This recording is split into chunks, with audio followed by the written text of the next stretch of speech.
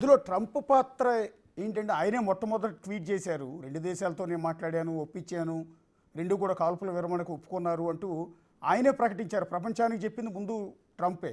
మళ్ళీ నిన్న ఒక స్టేట్మెంట్ ఏంటంటే నేను రెండు దేశాలతో ఇన్ ఫ్యూచర్లో వాణిజ్య సంబంధాలు ఉండబోవు, వ్యాపారం చేయబోనని చెప్పిన తర్వాతే వాళ్ళు యుద్ధాన్ని ఆపారు, వాళ్ళ అణుయుద్ధాన్ని నేను ఆపాను అంటూ ఆయన ఒక స్టేట్మెంట్ ఇస్తూ ఉన్నారు. అంటే ట్రంప్ మొదలు నా మీడియేషన్ అన్నాడు, తర్వాత నేను బ్లాక్మెయిల్ చేస్తే భయపడ్డారన్నాడు. అందువల్ల దీనిపైన భారత ప్రభుత్వం వివరణ ఇవ్వాలి. ఇండియా తన స్ట్రాటజిక్ డిసిషన్స్లో అటానమీ ఉండాలి. అంటే స్ట్రాటజిక్ అటానమీ అంటారు, అంటే వ్యూహాత్మక స్వయం ప్రతిపత్తి ఉండాలి. వేరే దేశం ఒత్తిడికో, వేరే దేశం ఆదేశాలతోనో, వేరే దేశం బెదిరింపులతోనో మన నిర్ణయం తీసుకుంటే అది మనకు చాలా ప్రమాదకరం. ఎందుకంటే భారతదేశ విదేశాంగ విధానం అది కాదు, భారతదేశ జాతీయ భద్రతా విధానం అది కాదు. అది ఏ దేశమైనా కానీ, అమెరికా కావచ్చు, చైనా కావచ్చు, రష్యా కావచ్చు, ఇంకో దేశ ఆదేశాల మేరకో, బ్లాక్మెయిల్ మేరకో, బెదిరింపుల మేరకో, ప్రోత్సాహం మేరకో, సలహా మేరకో మనం యుద్ధం చేయకూడదు, యుద్ధం ఆపకూడదు కూడా. ఇప్పుడు మనం ఉక్రెయిన్ అనుభవం చేస్తున్నాం. అమెరికా సహకారంతో యుద్ధం మొదలుపెట్టింది. ఇవాళ అమెరికా వెనక్కిపోయింది. ఉక్రెయిన్ పరిస్థితి ఎలా ఉంది? ధైర్యంగా తయారైపోయింది.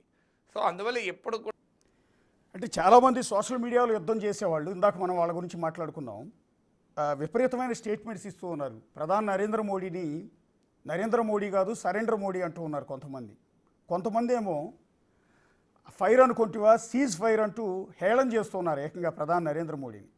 ఇంకంతేకాదు, కాల్పుల విరమణ ప్రకటన చేసిన విదేశాంగ శాఖ సెక్రటరీ విక్రమ్ మిస్రీని ఉద్దేశించి ఆయన ఫ్యామిలీని ఇష్టం వచ్చినట్టు తిట్టిపోస్తున్నారు సోషల్ మీడియాలో. యుద్ధం చేసేయాల్సిందే, పాకిస్తాన్ని నాశనం చేసేయాల్సిందే, పిఓకేని స్వాధీనం చేసుకోవాల్సిందే. ఇదే చాలామంది నుంచి సోషల్ మీడియాలో వస్తున్న డిమాండ్ అండి. ఒక ప్రొఫెసర్గా అపార అనుభవం ఉన్న మీరు వాళ్ళందరికీ ఎలాంటి ఒక క్లారిటీ అనేది ఇస్తారండి? అంటే విక్రమ్ మిస్త్రీని ట్రోల్ చేయడం అనేది అర్థరహితము. ఆయన ఫారిన్ సెక్రటరీ మాత్రమే, మన ప్రభుత్వ నిర్ణయాన్ని మాత్రమే వివరిస్తారు. నిర్ణయం తీసుకునేది ఆయన కాదు, నిర్ణయం తీసుకోవడంలో ఆయన ప్రమేయం కూడా ఉండదు. అందువల్ల ఆయన మీద పడితే ఏమొస్తుంది? అది దానికి పరిష్కారం అది కాదు కదా.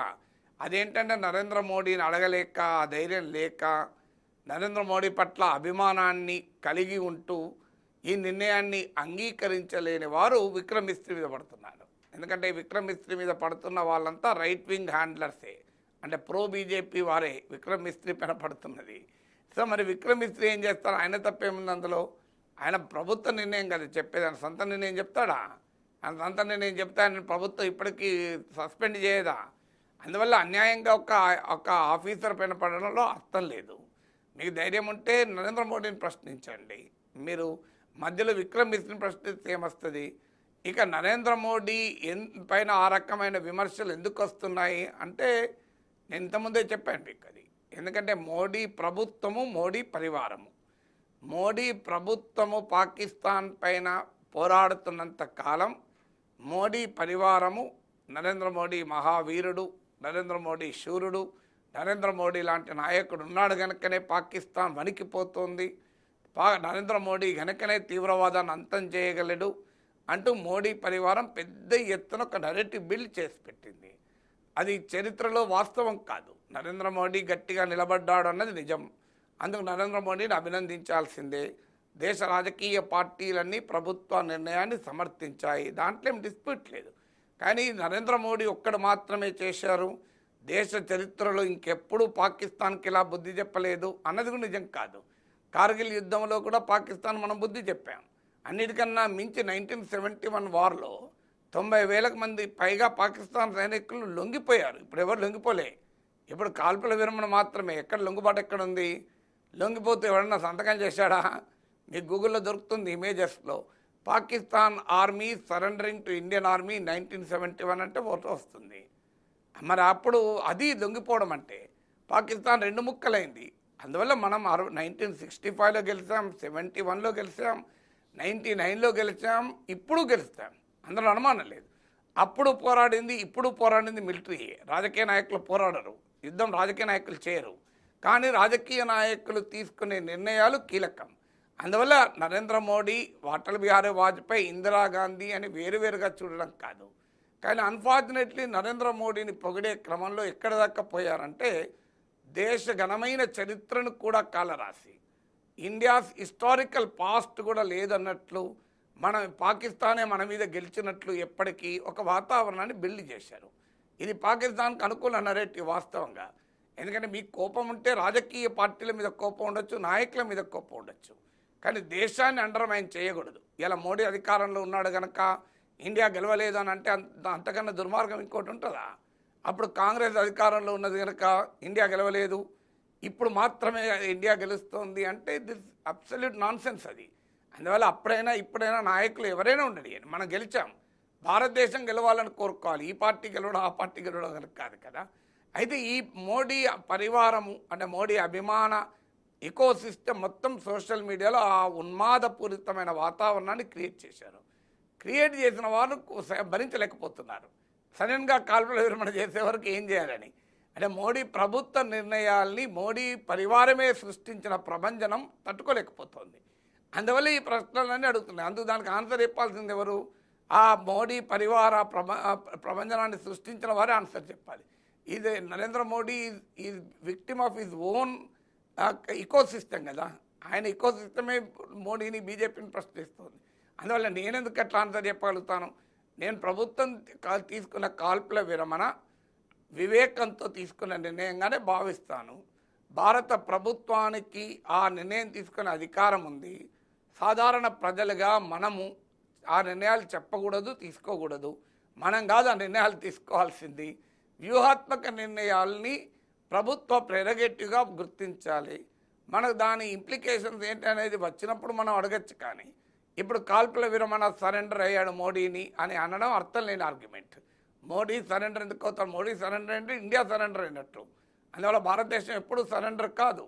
అందువల్ల ఇది అంతకుముందు ఇందిరాగాంధీ, కాంగ్రెస్, మన్మోహన్ సింగ్ సరెండర్ అయ్యాడు, వాళ్ళు సరెండర్ అయ్యాడు, వీళ్ళు సరెండర్ అన్నారు కనుక ఇప్పుడు ఈ వార్త వస్తుంది. అందువల్ల ఎప్పుడు కూడా రాజకీయాలకు అతీతంగా దేశ భద్రత, దేశ విదేశాంగ విధానము, దేశ వ్యూహాత్మక నీతిని ఇస్తే రాదు. అలా చూడకుండా ఈ 2014 తర్వాతనే భారతదేశం కొత్త దేశంగా అవతరించినట్లు, 2014 ముందు భారతదేశం ఒక బలహీనమైన చాతకాని దేశమని, శత్రువులకు వణుకుతూ ఉన్న దేశమని క్రియేట్ చేసిన ఇమేజెస్ ఎంత తప్పు ఇప్పుడు అర్థమవుతుంది కదా.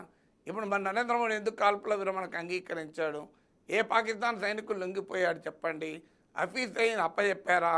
మసూద్ అజర్ని అప్పచెప్పారా? ఆఖరి పహల్గాన్లో దాడి చేసిన తీవ్రవాదులను అప్పచెప్పారా? తీవ్రవాదం ఆపుతామని పాకిస్తాన్ ఎక్కడైనా ప్రకటించిందా? అసలు మేము ఓడిపోయామని కూడా వాడు అంగీకరిస్తలేడు కదా. మరి అలాంటప్పుడు ఎందుకు కాల్పుల విరమణ అంగీకరించారనే ప్రశ్న ఉత్పన్నమవుతుంది. అంటే మీరు చెప్పినట్టుగానే దేశ రాజకీయాలు, ఉగ్రవాదం, పాకిస్తాన్తో యుద్ధం, ఈ సందర్భాన్ని కొన్ని రాజకీయ పార్టీలు మళ్ళీ అధికారంలో రావటానికి వినియోగించుకునే సందర్భాలు కూడా చూస్తూ ఉన్నాం. ఇప్పుడు ఈ అంశం అనేది, ఇప్పుడు ఈ కాల్పుల విరమణ కావచ్చు, ఆపరేషన్ సింధూర్ కావచ్చు, ఇదంతా కూడా బీజేపీకి లబ్ధి చేకూరింది అనుకుంటున్నారా, నష్టం జరిగింది అనుకుంటూ ఉన్నారా? ఇప్పుడు రాజకీయ జమా లెక్కలు వేసుకోవడే సమయం కాదు. ఇప్పుడు పాకిస్తాన్కి ఎంత నష్టం చేశాము అనే లెక్కలు వేసుకునే సమయంలో రాజకీయ లెక్కలు ఎందుకు? రాజకీయాలు ప్రతి దాంట్లో రావాల్సిన అవసరం లేదు. ఒకవేళ దేశ ప్రజలు ఇప్పుడు ఆర్థిక విధానము, రాజకీయ విధానాలు, సంక్షేమ పథకాలు సానుకూలంగా భావిస్తే ఓట్లేస్తారు. దీన్ని కూడా సానుకూలంగా భావిస్తే ఓట్లేస్తారు. దానికి మనమెవరో ఆపటానికి. కానీ ప్రతిదాన్ని రాజకీయ జమా లెక్కలు వేసుకొని ఏ పార్టీకి లాభం, ఏ పార్టీకి నష్టం అనే లెక్కలు వేసుకోకూడదు. దేశ భద్రతలో జమా లెక్కలు అవసరం లేదు. దేశ భద్రత విషయంలో ఒకటే ఒక లెక్క, శత్రు దేశానికి ఎంత నష్టం చేశాం, పాకిస్తాన్ ఎంత కోలుకోకుండా దెబ్బతీశామని. అందువల్ల దేశ మిలిటరీ ధైర్య సాహసాలను పెట్టుబడిగా రాజకీయాలు చేయకూడదనేది నా అభిప్రాయం. అంటే నిన్న నరేంద్ర మోడీ గారు ఒక స్టేట్మెంట్ ఇచ్చారు. ప్రపంచ ఉగ్రవాదానికి బవల్పూర్, పాకిస్తాన్లో ఉన్న బవల్పూర్ కానీ మృతికే కానీ ఒక యూనివర్సిటీ లాగా మారాయి. సో ఆ యూనివర్సిటీ మీద మేము దెబ్బ కొట్టాము, ఉగ్రవాదులు మొత్తాన్ని కూడా నేలమట్టం చేశాము అన్నట్టు ఉన్నారు. సో భవిష్యత్తులో మళ్ళీ పాకిస్తాన్ దెబ్బకొట్టమా పెంచి నిజమే పోషిస్తున్న ఈ ఉగ్రవాదుల నుంచి మళ్ళీ దాడులు జరగవన్న గ్యారంటీ ఏమన్నా కనిపిస్తుందా? నిన్న చాలా ఆవేశంగా మోడీ గారు అయితే మాట్లాడారు. ఆ గ్యారంటీ మోడీని ఇవ్వనప్పుడు నాగేశ్వర ఎట్లా ఇస్తాడు? మోడీ ఇచ్చాడా భవిష్యత్తులో తీవ్రవాదం ఉండదు అని? తీవ్రవాదులు మళ్ళీ దాడి చేస్తే మళ్ళీ బుద్ధి చెప్తామన్నాడు తప్ప ఉండదని అనలేదు కదా. ఇప్పుడు తీవ్రవాదం ఉండదని ఎవరు గ్యారంటీ ఇవ్వాలి? పాకిస్తాన్ ఇవ్వాలి. నాగేశ్వర ఎలా ఇవ్వగలుగుతాడు? పాకిస్తాన్ చరిత్ర చూడు, ఆ గ్యారంటీ ఇవ్వలేడు. భారత కూడా గ్యారంటీ ఇవ్వలేదు. అప్పుడు నేను ఎలా గ్యారంటీ ఇస్తాను? అందువల్ల పాకిస్తాన్ చరిత్ర తెలిసిన ఎవడో ఆ గ్యారంటీ ఇవ్వడు. ఇప్పుడు ఈ 4 రోజుల ఘర్షణతో 4 రోజుల యుద్ధంతో దెబ్బతీసింది నిజం, కానీ అది నామరూపాలు లేకుండా పోయింది అనుకుంటే చాలా పొరపాటు. కొమ్మలు కొట్టేయడం వేరు, చెట్టు కొట్టేయడం వేరు, వేళ్లతో పీకేయడం వేరు. ఇప్పుడు ఆపరేషన్ సింధూర్ వేళ్లతో పీకేయలేదు, కొమ్మలు కొట్టేసింది, చెట్టును కొంతవరకు కొట్టేసింది. అది మళ్ళీ పెరగదన్న గ్యారెంటీ ఏముంటుంది? మళ్ళీ పెరిగితే మళ్ళీ కొట్టేయాలి. అంటే ఒక చర్చ జరుగుతోంది సార్, ఏంటంటే పాకిస్తాన్ ప్రయోగించిన డ్రోన్లు మిసైల్స్ కంటే కూడా వాటిని కోల్చడానికి మనం పెట్టిన ఖర్చే చాలా ఎక్కువగా ఉంది అని. అదే ఫర్ ఎగ్జాంపుల్ చైనా నుంచి కొనుగోలు చేసిన మిసైల్స్ ఏమాత్రం పేలని మిసైల్స్ను ప్రయోగించింది, ఎంతకు పనికిరాని చీప్ ఖరీదైన డ్రోన్లను ప్రయోగిస్తే వాటిని కొట్టడానికి మనం కోట్లాది రూపాయలు ఖర్చు పెట్టి టెక్నాలజీ మొత్తం కూడా వాడాల్సి వచ్చింది అని అంటూ ఉన్నారు. అలాంటి మూర్ఖత్వ వ్యాఖ్యలకు నాలాంటి వాడు కామెంట్ చేయడు. ఇప్పుడు దానికి ఏ డ్రోన్కి ఎంత రేటు, ఏ డిఫెన్స్కి ఎంత రేటు మనమా కాదు లెక్కలేయాల్సింది. అది that are all operational details. Operational డీటెయిల్స్లోకి వెళ్ళే నా పరిజ్ఞానం నాకు లేదు, వెళ్ళే విజ్ఞానము నాకు లేదు. సోషల్ మీడియాలో వచ్చే ప్రతిదానికి సమాధానం చెప్పుకొని సమయం వృధా చేయకూడదు. సో ఏ డ్రోన్ వాడారు, దానికి ఏ డిఫెన్స్ వాడారు, దేనికి ఎంత కాస్ట్ అయింది, అది మిలిటరీ చూసుకుంటుంది, నా పని కాదు కదా.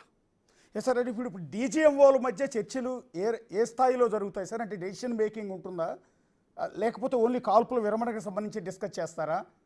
ఎందుకంటే నిన్న సాయంత్రం జరిగింది, 1 గంట పాటు హాట్ లైన్లో పాకిస్తాన్ డీజీఎంఓ, భారత్ డీజీఎంఓ వీళ్ళిద్దరే మాట్లాడుకున్నారు. ఏం మాట్లాడుకున్నారు అన్న విషయాలు కూడా బయటికి రివీల్ చేయలేదు. నిజానికి కొన్ని రహస్యాలు కూడా ఉండొచ్చు. అంటే మీకు తెలిసిన సమాచారం ప్రకారం ఏ ఏ అంశాల మీద వీళ్ళు డిస్కస్ చేసే అవకాశాలు ఉంటుందండి డీజీఎంఓల మధ్య? నాకెలా తెలుస్తాయండి? మీరు ఆశ్చర్యంగా అడుగుతున్నారు. నాకెలా తెలుస్తాయి డీజీఎంఓల మధ్య మాట్లాడుకున్న విషయాలు? నాకెలా తెలుస్తాయి హైదరాబాద్లో కూర్చున్నానికి? నేనేం క్లెయిమ్ చేయాలి దానికి తెలుస్తాయి? నిన్న జరిగిన టాక్స్ గురించి కాదు, స్థాయిలో చర్చలు director general of military operations మధ్య బేసిక్గా డిస్కషన్ అనేది ఎలా ఉంటుంది, అంటే ఏ స్థాయిలో ఉంటుంది అని నేను అంటుంది.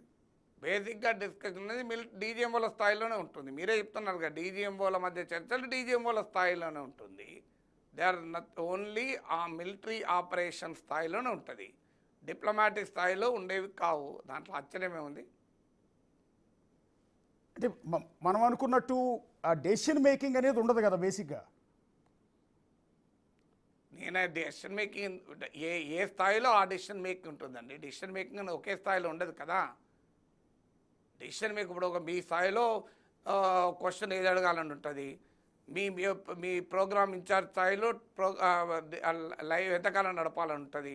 ఛానల్ అమ్మడం అనేది మీ స్థాయిలో ఉండదు, ఎవరి స్థాయిలో వాళ్ళకు ఉంటుంది. ఛానల్ అమ్మడమా, కొనడమా, ఇంకా ఎక్స్పాండ్ చేయడం అనేది మీ సిఇఓ స్థాయి, ఎండి స్థాయిలో ఉంటుంది. డిసిషన్ మేకింగ్ అంటే ఏంటి? డిసిషన్ మేకింగ్ ఇది మల్టిపుల్ లెవెల్స్ కదా. సార్ చివరిగా ఒక్కసారి మీడియా గురించి కూడా డిస్కస్ చేసుకోవాలి. ఇప్పుడు పాకిస్తాన్ ఇండియా మధ్య జరిగిన ఈ వివాదం తర్వాత మీడియా చేసిన అతి గురించి యాజ్ ఏ మీడియా ఛానల్ పర్సన్గా నేను స్టూడియో నుంచి మీడియాతో సుదీర్ఘ సంబంధం ఉన్న మిమ్మల్ని అడుగుతూ ఉన్నాను. అది నేషనల్ మీడియా కావచ్చు, రీజనల్ మీడియా కావచ్చు, ఈ యుద్ధం గురించి ఇచ్చిన తప్పుడు వార్తలు కావచ్చు, వాటి గురించి ఏం చెప్తారు? మీడియా అంత ఒక్కటి కాదు. నేనేమి దేశంలో అన్ని టీవీ ఛానల్ విశ్లేషించలేదు. మీడియాలో అన్ని రకాల ధోరణులు ఉంటాయి. మీడియాలో పెద్ద ఎత్తున జింగోయిజాన్ని పెంచి పోషించారు. హేట్ మాంగరింగ్ కూడా జరిగింది. అందరూ చేశారని అనను. చాలా డిస్ఇన్ఫర్మేషను, మిస్ఇన్ఫర్మేషను, వార్లో జరిగే ప్రాపగండా వారు, ఇవన్నీ కూడా మీడియాలో రియాక్ట్ వచ్చాయి. ఉన్నవి లేనివి అన్నీ వచ్చాయి. అతి దేశభక్తిని ప్రదర్శించిన వారు ఉన్నారు, మమ్మల్ని మించిన జాతీయవాదులు లేరని ప్రదర్శించిన వారు ఉన్నారు. అన్ని రకాల వాళ్ళు ఉంటారు కదా మీడియా అంటే. ఎస్ సార్, ధన్యవాదాలండి ప్రొఫెసర్ నాగేశ్వర గారు. మొదట్లో మిమ్మల్ని రావు అని సంబోధించాను, దానికి చివరిలో క్షమాపణ అడుగుతున్నాను. ప్రొఫెసర్ నాగేశ్వర్ మాత్రమే. యా, అది నాగేశ్వర్ గారితో క్లారిఫికేషన్ అంతే interview. Yeah, thank you sir. చూస్తూనే ఉండండి బిగ్ టీవీ.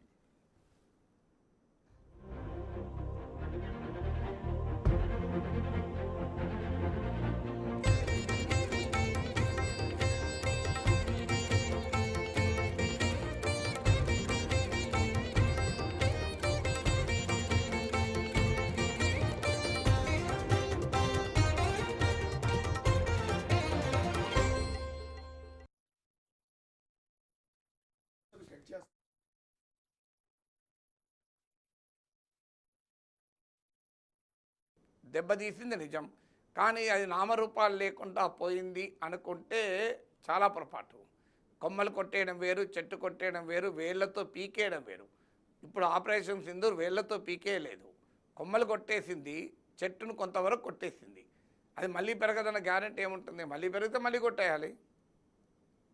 అంటే ఒక చర్చ జరుగుతోంది సార్. ఏంటంటే పాకిస్తాన్ ప్రయోగించిన డ్రోన్లు మిసైల్స్ కంటే కూడా వాటిని కోల్చడానికి మనం పెట్టిన ఖర్చే చాలా ఎక్కువగా ఉంది అని. అదే ఫర్ ఎగ్జాంపుల్ చైనా నుంచి కొనుగోలు చేసిన మిసైల్స్, ఏమాత్రం పేలని మిసైల్స్ని ప్రయోగించింది, ఎందుకు పనికిరాని చీప్ ఖరీదైన డ్రోన్లను ప్రయోగిస్తే వాటిని కొట్టడానికి మనం కోట్లాది రూపాయలు ఖర్చు పెట్టి టెక్నాలజీ మొత్తం కూడా వాడాల్సి వచ్చింది అని అంటూ ఉన్నారు. అలాంటి మూర్ఖత్వ వ్యాఖ్యలకు నాలాంటి వాడు కామెంట్ చేయడు. ఇప్పుడు దానికి ఏ డ్రోన్కి ఎంత రేటు, ఏ డిఫెన్స్కి ఎంత రేటు మనమా కాదు లెక్కలేయాల్సింది. అది that are all operational details. Operational డీటెయిల్స్లోకి వెళ్ళే నా పరిజ్ఞానం నాకు లేదు, వెళ్ళే విజ్ఞానము నాకు లేదు. సోషల్ మీడియాలో వచ్చే ప్రతిదానికి సమాధానం చెప్పుకొని సమయం వృధా చేయకూడదు. సో ఏ డ్రోన్ వాడారు, దానికి ఏ డిఫెన్స్ వాడారు, దేనికి ఎంత కాస్ట్ అయింది, అది మిలిటరీ చూసుకుంటుంది, నా పని కాదు కదా. సార్, అంటే ఇప్పుడు డీజీఎంఓల మధ్య చర్చలు ఏ స్థాయిలో జరుగుతాయి సార్? అంటే డెసిషన్ మేకింగ్ ఉంటుందా, లేకపోతే ఓన్లీ కాల్పుల విరమణకు సంబంధించి డిస్కస్ చేస్తారా? ఎందుకంటే నిన్న సాయంత్రం జరిగింది, ఒక గంట పాటు హాట్ లైన్లో పాకిస్తాన్ డీజీఎంఓ, భారత్ డీజీఎంఓ వీళ్ళిద్దరే మాట్లాడుకున్నారు. ఏం మాట్లాడుకున్నారు అన్న విషయాలు కూడా బయటికి రివీల్ చేయలేదు. నిజానికి కొన్ని రహస్యాలు కూడా ఉండొచ్చు. అంటే మీకు తెలిసిన సమాచారం ప్రకారం ఏ ఏ అంశాల మీద వీళ్ళు డిస్కస్ చేసే అవకాశాలు ఉంటుందండి డీజీఎంఓల మధ్య? నాకెలా తెలుస్తాయండి? మీరు ఆశ్చర్యంగా అడుగుతున్నారు. నాకెలా తెలిస్తే డీజీఎంఓల మధ్య మాట్లాడుకున్న విషయాలు? నాకెలా తెలుస్తే హైదరాబాద్లో కూర్చున్నానికి నేనేం క్లెయిమ్ చేయాలి దానికి తెలుస్తుంది? నిన్న జరిగిన టాక్స్ గురించి కాదు, స్థాయిలో చర్చలు director general of military operations మధ్య బేసిక్గా డిస్కషన్ అనేది ఎలా ఉంటుంది, అంటే ఏ స్థాయిలో ఉంటుంది అని నేను అంటుంది. బేసిక్గా డిస్కషన్ అనేది డీజీఎంఓల స్థాయిలోనే ఉంటుంది. మీరే చెప్తున్నారు కదా, డీజీఎంఓల మధ్య చర్చలు డీజీఎంఓల స్థాయిలోనే ఉంటుంది. దే ఆర్ ఓన్లీ ఆ మిలిటరీ ఆపరేషన్ స్థాయిలోనే ఉంటుంది, డిప్లొమాటిక్ స్థాయిలో ఉండేవి కావు. దాంట్లో ఆశ్చర్యమే ఉంది.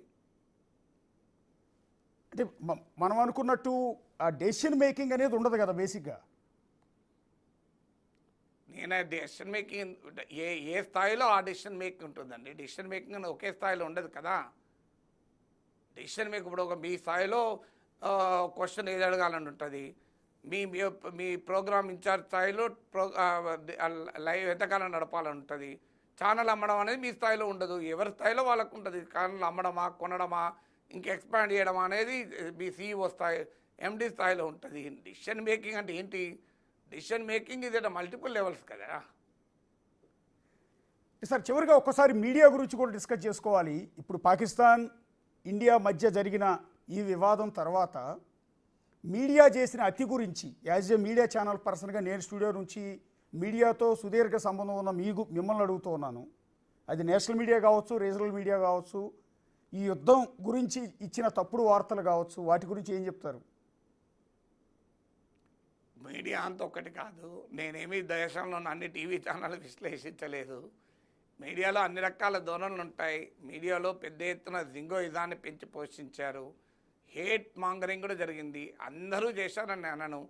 చాలా డిస్ఇన్ఫర్మేషను, మిస్ఇన్ఫర్మేషను, వార్లో జరిగే ప్రాపగండా వారు, ఇవన్నీ కూడా మీడియాలో రియాక్ట్ వచ్చాయి. ఉన్నవి లేనివి అన్నీ వచ్చాయి. అతి దేశభక్తిని ప్రదర్శించిన వారు ఉన్నారు, మమ్మల్ని మించిన జాతీయవాదులు లేరని ప్రదర్శించిన వారు ఉన్నారు. అన్ని రకాల వాళ్ళు ఉంటారు కదా మీడియా అంటే. ఎస్ సార్, ధన్యవాదాలండి ప్రొఫెసర్ నాగేశ్వర గారు. మొదట్లో మిమ్మల్ని రావు అని సంబోధించాను, దానికి చివరిలో క్షమాపణ అడుగుతున్నాను. ప్రొఫెసర్ నాగేశ్వర్ మాత్రమే. యా, అది నాగేశ్వర్ గారితో క్లారిఫికేషన్ అంతే. Interview. Yeah, thank you sir.